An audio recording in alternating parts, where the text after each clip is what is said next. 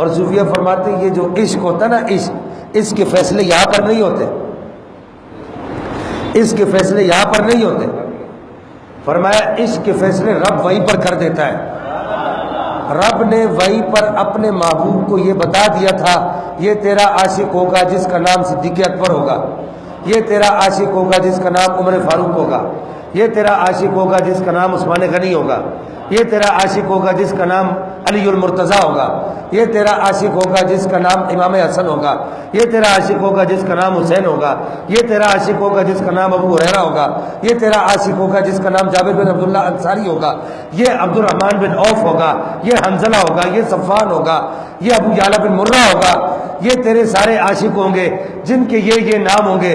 یہ تیرا عاشق ہوگا جس کا نام ابو حنیفہ ہوگا، یہ تیرا عاشق ہوگا جس کا نام شافعی ہوگا، یہ تیرا عاشق ہوگا جس کا نام مالک ہوگا، یہ تیرا عاشق ہوگا جس کا نام احمد بن حنبل ہوگا، یہ تیرا عاشق ہوگا جس کا نام غوث اعظم دستگیر ہوگا، یہ تیرا عاشق ہوگا جس کا نام خواجہ غریب نواز ہوگا، اور یہ تیرا عاشق ہوگا جس کا نام شیخ صاحب الدین سہروردی ہوگا، اور یہ تیرا عاشق ہوگا جس کا نام شہنشاہ نقشبند، شہنشاہ بخارا سید مولانا نقشبندی ملتانی زکریا ملتانی ہوگا، یہ تیرا عاشق ہوگا جس کا نام داتا گنج بخش علی اجمیری ہوگا، یہ تیرا عاشق ہوگا جس کا نام عبداللہ شاہ غازی ہوگا، یہ تیرا عاشق ہوگا جس کا نام سید عبداللہ شاہ صحابی ہوگا، یہ تیرا عاشق ہوگا جس کا نام مخدوم ہاشم ٹھٹوی ہوگا، اور یہ تیرے عاشقوں میں ایک عاشق ہوگا جس کا نام احمد رضا خان ہوگا. یہ فیصلے یا رسول اللہ صلی اللہ علیہ وسلم، یہ فیصلے صوفیہ فرماتے ہیں یہاں پر نہیں ہوتے، یہ فیصلے صوفیہ فرماتے ہیں یہاں پر نہیں ہوتے، یہ فیصلے وہیں پر کر دیے جاتے ہیں. محبوب کو بتا دیا گیا تھا.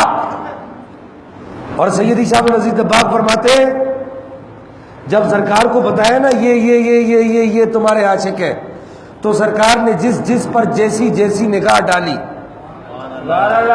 سرکار نے جس پر جیسی نگاہ کرم فرمائی، وہ ویسا بڑا عاشق رسول بنتا چلا گیا.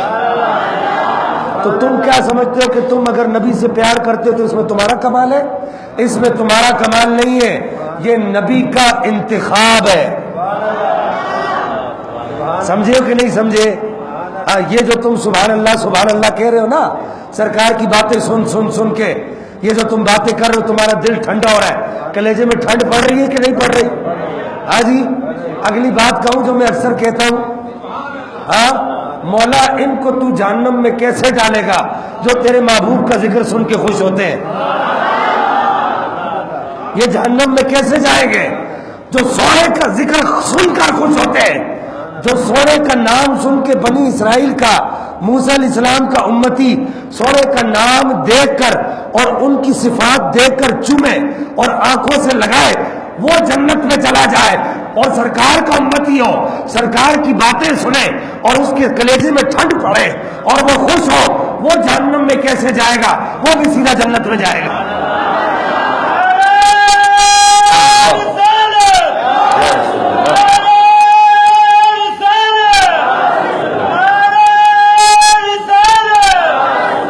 تو یہ اللہ جل مجدہ الکریم نے وہیں پر بتا دیا تھا، وہیں پر بتا دیا تھا، اور یہ کام بھی سب کے منتخب کر دیے گئے تھے.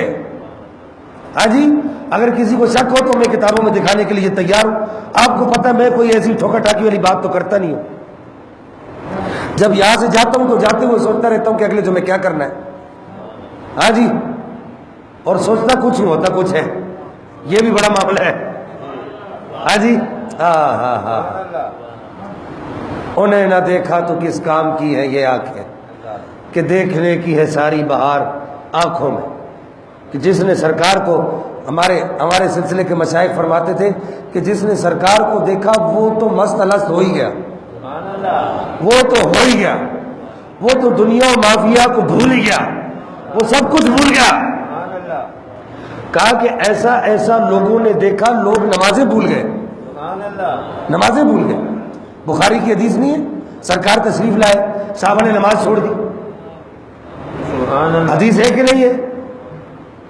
مشکات شریف میں حدیث نقل ہے غزوہ احد کے بعد، غزوہ بدر کے بعد نبی پاک صلی اللہ علیہ وبارک وسلم نے سلام پھیرا، آپ نے سلام پھیرا، صحابہ نے پوچھا کیوں مسکرائے؟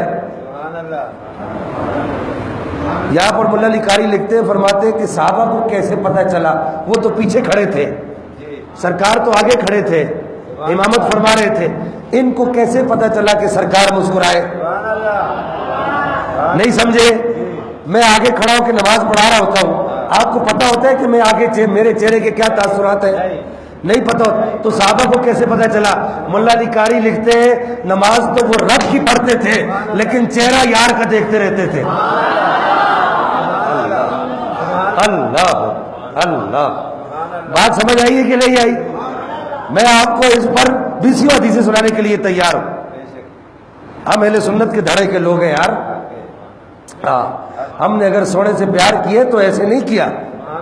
بہرحال تو فرمایا کہ یہ فیصلے یہاں پر نہیں ہوتے، یہ جو فیصلہ ہوا نا کہ ابو بکر صدیق بنے گا، عمر فاروق بنے گا، عثمان ذو النورین بنیں گے، مولا علی مولا بنیں گے، علی اسد اللہ الغالب بنیں گے، حسین میرا شہزادہ بنے گا۔ سرکار نے جو فرمایا کہ حسین، اللہ نے وحی سے فرما دیا تھا کہ حسین تیرا شہزادہ بنے گا، حسن تیرے آنکھوں کی ٹھنڈک بنے گا، جابر بن عبداللہ انصاری تیری جان، تیرے نام پر جان قربان والا کرنے والا ہوگا۔ اور وہ بیچ میں سارے وقت نہیں ہے، ان کے نام نہیں لیتا، بس اشارہ کر دیتا ہوں۔ فرمایا جب 13 صدیاں گزر جائے گی، 12 صدیاں گزر جائے گی، 13ویں صدی آئے گی تو ایک ایسا آئے گا جو یہ کہے گا کروں تیرے نام پہ جا فدا۔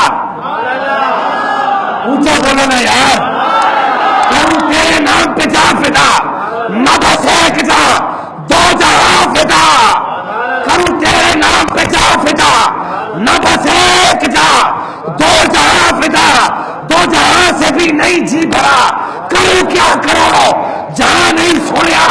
تیرے عاشقوں میں ایک ایسا بھی آئے گا جو یہ کہے گا کرو